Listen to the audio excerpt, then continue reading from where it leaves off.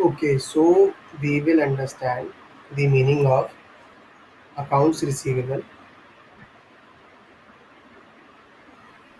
Okay, followed by that we will understand that how to estimate.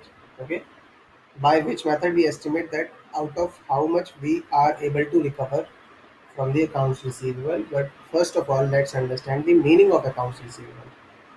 Okay, so let's say there is Mr.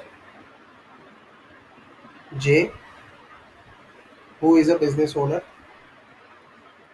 Okay, who is in dealing of foods and beverages. However, there is Mr. B. So Mr. B is a customer to Mr. J. So Mr. J sold certain goods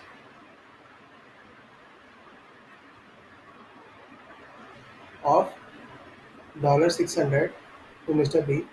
But Mr. B is a trustworthy customer, so Mr. B said that okay, I will pay you at a later point in time. Okay. So Mr. J agreed with this. However, what happens when the time arrives? Okay, when the time arrives to pay to Mr. J, Mr. B has paid. But before that, Mr. J said that okay, I understand that we we will be able to receive the amount that is recoverable from our customer, but we should estimate that how much of that amount will be non-collectible during the current financial year. Okay, so Mr. J emphasized the estimation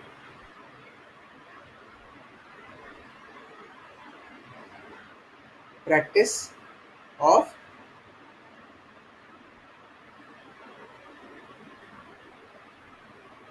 bad debt expense. Okay, so there is a popular method which says that let's say suppose Mr. B asked for 3 months.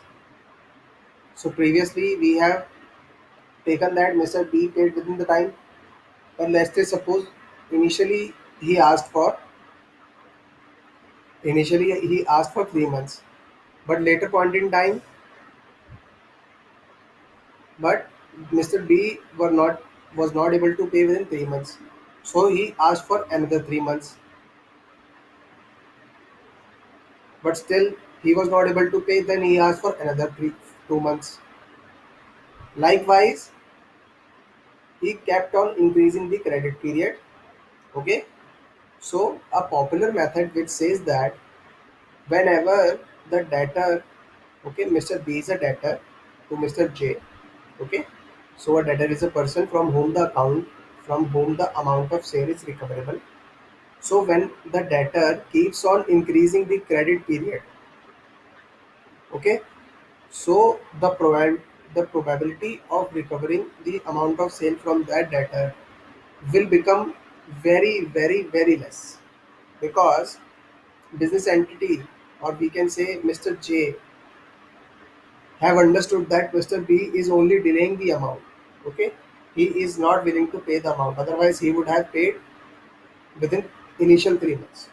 Okay, so that process which we have just discussed, okay, that matches with choice D, which says that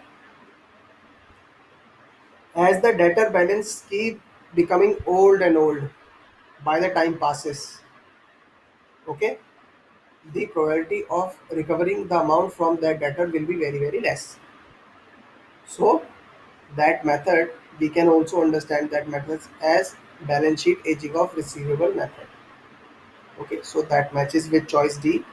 Choice D is the correct answer. Okay, that's all for our solution. Thank you.